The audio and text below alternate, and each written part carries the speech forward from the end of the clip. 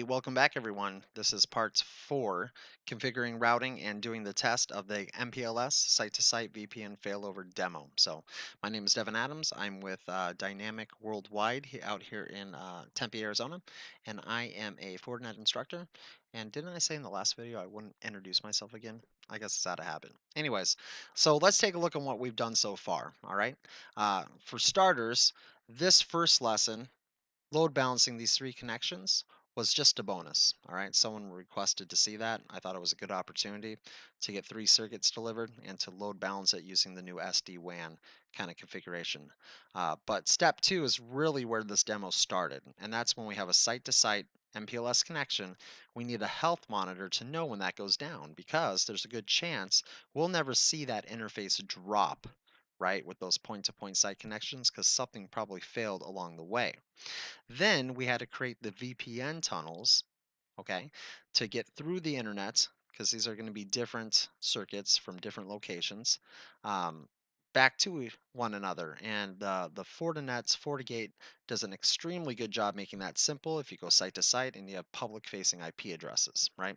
So we created 3 tunnels this way to site 2 and then 3 expectation tunnels coming back up to site 1. That way we can go ahead and uh, pick each one of these guys in case they fail. So now you saw in that demo when we're making the VPN connections that I lost connection to site 2, and the reason why is because it came up and traffic wasn't getting routed correctly. I thought that was kind of neat, right? It showed it failing. So this is exactly why we are going to adjust the routing so the VPN tunnels actually only kick on when the MPLS connection goes down. Now, there is a separate video for creating a full mesh VPN tunnels where I go into this in more detail. But here, I'm really focusing on just making this thing converge right here, our site to site, our point to point. So let's hop to it. So let's see here. Let's go back to site 1, right? And here's our FortiGate. And as you can see, we have our tunnels are not being used, and that's fine. Let's actually just test them real quick. Let's go to monitor, IPsec monitor. Okay, so they're up, but we don't want them to be up all the time, right? We only want them to come up if the MPLS connection comes down. So let's go ahead and review what we know about routing from class. So I'm going to go to my static routes. All right, so let's go to network, static routes. So the FortiGate knows what it's connected to. All right. So the things that are connected are going to be essentially this port 10, right? So it knows that the 192.168.2.0 network, which is the site 2, if you guys can see that there, right, lives through port 10 and the next hop, which is going to be the interface of port 10. I know it's kind of hard to see both there. Sorry, guys. Um, right there to right there is going to be this. Now, without that route in there, there's no way the FortiGate would know to get to this destination using port 10 because there's nothing that looks like that destination in this IP address. All right, so I know that other routes can use summation and things like that to do it, but not here. Also, look at this. This is all extracted here too. So you see how we have a WAN load balance? I'm pretty sure that we are going to see 3 separate ones though when we look at our router monitor, which shows our active routing. But check out the distances and the priorities. So when we created those 3 tunnels, it instantly made the distance 10 and 0 on the priority. So if the distance is the same and the priority is different, right, it still makes it into the routing table. And if it's both the same, the FortiGate instantly starts distributing the traffic based off of some algorithm. They're actually pretty identical to the um, the algorithms found right here, right? Except for we have to turn it on through the CLI to adjust it. By default, it's just source IP address. Okay. Anyways, let's go back to our static routes. So the problem here is that we only want the FortiGate to know about one way to get to the site 2, right, at a time. Right now, not only did the VPNs get created with the same distance and priority, also our MPLS network, right? When we did a static entry, the default is 10, priority 0. So routings like Gulf, lower the better, hence why that WAN load balance, that it set a distance to 1. So what a cocky FortiGate. Anyways, I'm just kidding. I'm just kidding, guys. So let's go ahead and fix that, all right? So for starters, I am going to edit the distance, and I want the FortiGate to always use the MPLS when it's up. So we have the health check to make sure that it can reach from site to site. Because remember, if we didn't have the health check, how would it know if it was down unless it was down right at the gateway, right at the DMARC? So let's go ahead and give that a distance of 5. Okay, and I'll hit OK. So instantly, now that I did this 5, right, I know with confidence the rest of them shouldn't make it into the routing table, all right, because it has the lower distance. So let's go to our, let's see here, monitor and our routing monitor. Do you guys see anything that says IPsec? No. Changing the distance lower than the 10 removed the VPN tunnels.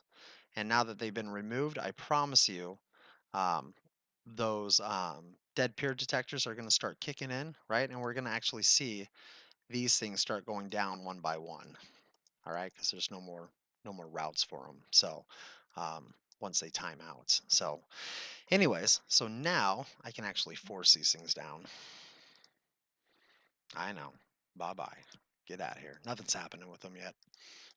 Sorry for the Louis Armstrong voice there for a second. All right, there we go. So now the tunnels are down. So, and now here's another thing too. I don't want to mess with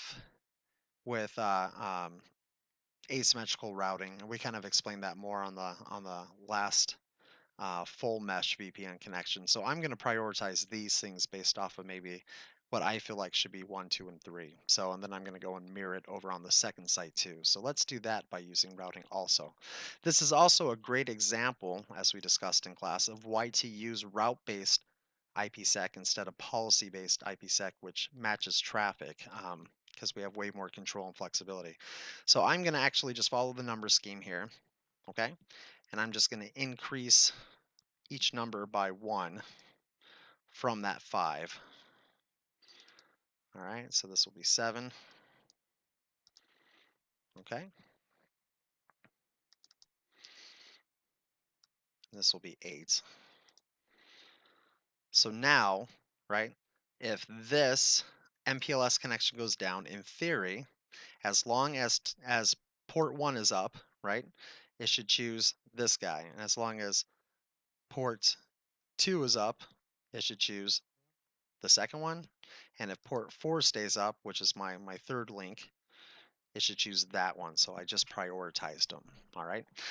Now I have to do the same on the other FortiGates, and I should be able to reach this bad boy just fine because there's only a single route there. You guys can see that by me going back to my monitor, routing monitor, all right? And it's going out the MPLS, all right, not the VPN. So I, with confidence, am not going to lose that. I think it's cute to try to pick up right where it left off. All right, here we go. So here I'm going to go to network. I'm going to go to my static routes, and you can see the same thing happened here. We have our, oh, where's my distance? Where's my priority? Bum, bum, bum. By default, they're hidden. You just got to right click it, all right? Tell it to come back. There we go. You know what? In fact, I want to move that up a little bit. I don't like that being so far back there. There we go. All right. So it looks like I never changed the distance to the MPLS one. All right. So when I first was messing around with this demo, okay, that's probably also why there was some errors there. Um, anyways, but I'm just gonna mirror it. So uh, let's see here. All right. So 6. Nope. Come on, numlock keys. There you go. 6.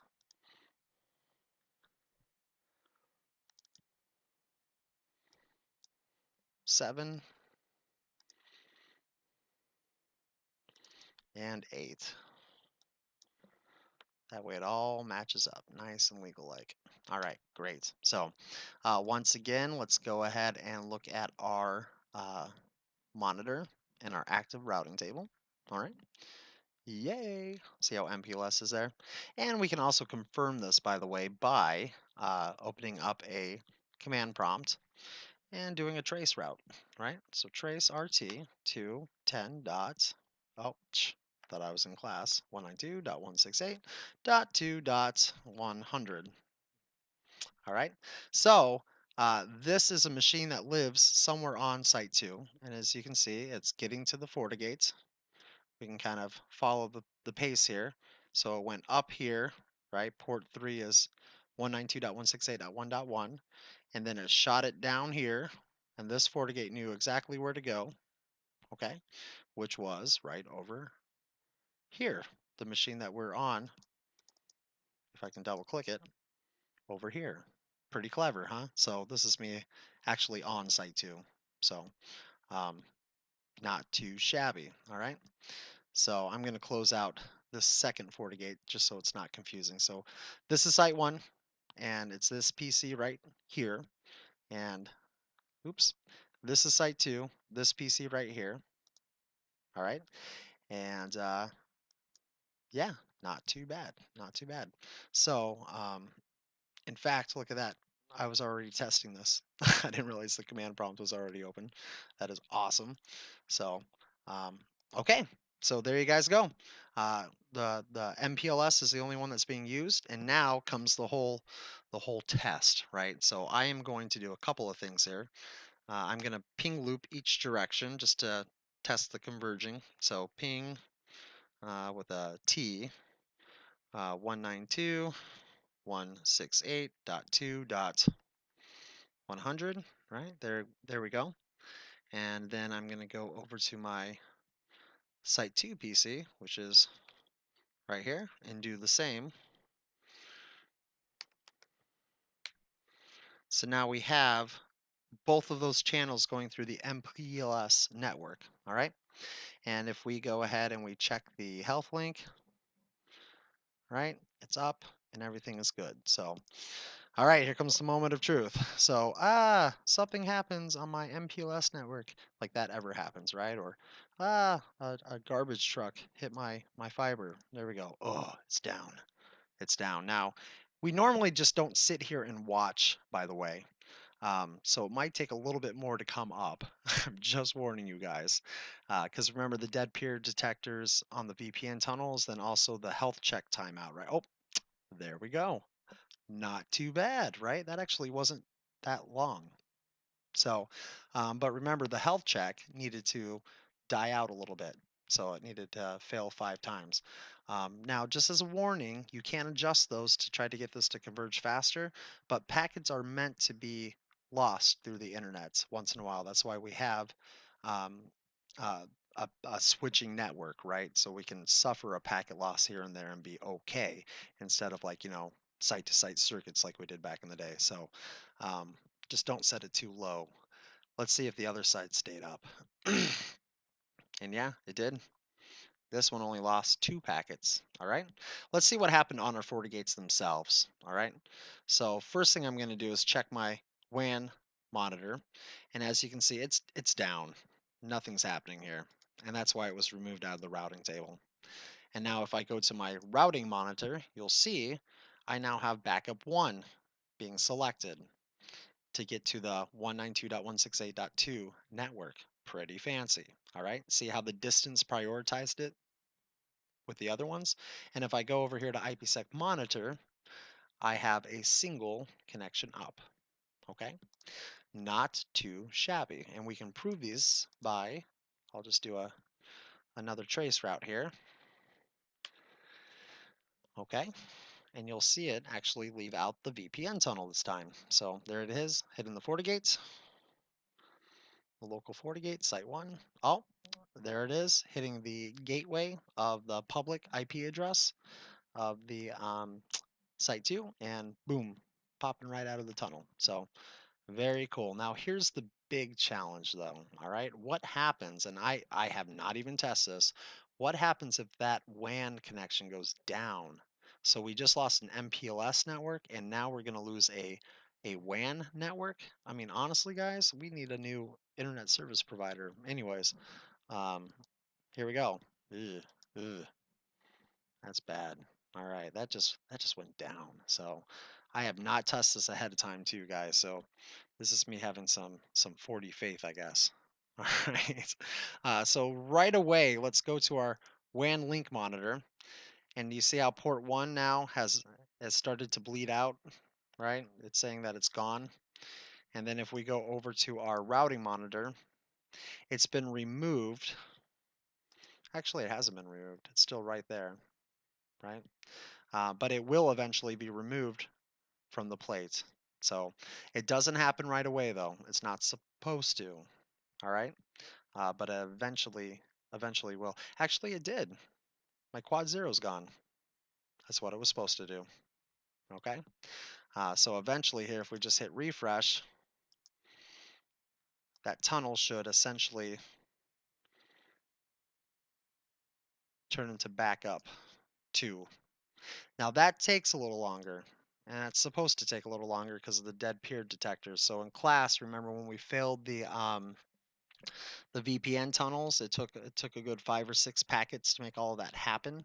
Now, if you really wanted that to converge a little bit quicker, you can do health checks also on the VPN tunnels, just for the sake of time. I wasn't going to do it here in this video. I tend to talk too much anyways, but let's go ahead and ping again our remote site, not trace route. Come on. There we go. There we go. See how long that now takes to come back up, and it might take a bit. So, but once it's detected through the dead period detectors, it will bring down that tunnel and then remove it from the routing table. So it'll just take a minute, right? So, let's go ahead and see what's happening on the other side just for fun. Um, so here we go. Yeah, it's still dead. So, let's hit a refresh here. So my MPLS network is down. I just killed WAN 1. It's dead. So eventually, like I said, it should converge just fine. It's just not as quick. Let's see here. Monitor my routing table. Here we are. All right. Oh, what the heck? VPN backup too? What? What? All right, I get a little too excited. Sorry, guys. Let's check on the other side. Did it? What? It survived a WAN down too. That is amazing. Come on, guys. That's cool. All right. Let's go ahead and fix this thing, though. Let's go ahead and bring this bad boy up again. All right. That was our WAN 1. Okay. Um, that's not as big as a deal. So, but eventually the same thing will happen. And that's kind of the trade-off, right? From having these different distances is because eventually, um, actually, you know what? Maybe not because of dead period detectors. It maybe stay up just as long as there is connection still alive for it. But the next one that happens, the site 1 should come back up. So once the WAN's back. Um, and that might take a second too, but you'll see it happen right here. All right. Oh, there it is. Come on, guys. That's awesome. That is awesome. So, um, all right. Now here's the real big test. This is what I'm nervous about. Not really. Let's go ahead and turn back on our MPLS network because remember that is actually what we're probably paying the most money for, and that has the highest quality, the most security, right? And I want that MPLS network to be the chosen path as the switch dies. Anyways, that switch, by the way, takes a little bit longer to come alive than just a normal switch. I'm actually using dynibs there. So um, here we go. But eventually, once it boots up, all right, it should bring back that MPLS network. Okay. Um, Did it already come back up? Because that would have been really fast. No, it'll take a little bit longer. It'll take a little bit longer, I promise you, but it will come up. All right.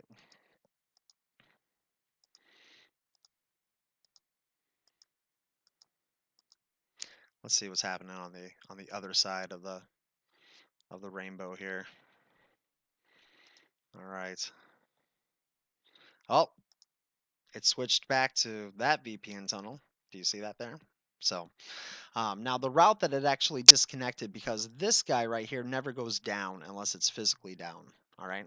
It just removed the MPLS connection that was routed through it. And that is the nature of the health link. All right. But as this comes back up, okay, it will then start picking. See that? Wait, right there, MPLS. See how my VPN tunnels? Come on, guys, that's awesome. That is awesome. See how it's still going, right? Look, dropped one packet to converge between the VPN and the MPLS once it came back up. So just to kind of prove it's working, we can do a trace route. And we'll do it back to site 1. We'll do 100 here. Oh, I was trying to ping. I don't need that. Okay, there we go. I should have done a little negative D there, by the way, to speed up the trace route, but there it goes. It's the Site 2 FortiGate, and there we go. It's using the MPLS network, and we didn't do anything. Once it was set up, it converged, it healed itself, right? We even saw uh, multiple failures. Pretty valuable, right? So there you guys go. The proof is in the pudding, and I hate that saying. Um, and it works. So just real quickly though, let's go back to site 1. That was site 2. See the 10 up, and also our routing tables don't have any VPN connection. So I hope you guys really enjoyed that demo. All right. So technically speaking, this is where I was going to end it, the whole thing, right? I'm going to actually record one more video for the email notifications, but just kind of in review, we set up a health check between our MPLS network. So if anything happened in between, right, it'd lose the heartbeats and go down. And we saw that happen. And then we created redundant VPN tunnels back and forth on site 1 and site 2. So when it did get down, there was a way to get back to site 2 while this thing came back online. While the site to site came back online.